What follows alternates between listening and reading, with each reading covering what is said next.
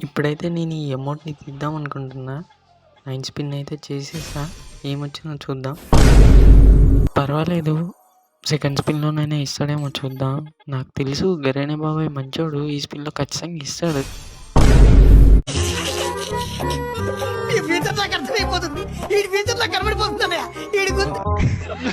ఇంతకుముందు 2 స్పిన్‌లు వేస్ట్ అయ్యాయి. ఇప్పుడైతే థర్డ్ స్పిన్.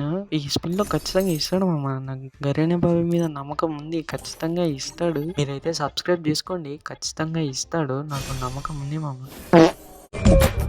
నవ్వు ఆపుకుంటున్నావు కదరా.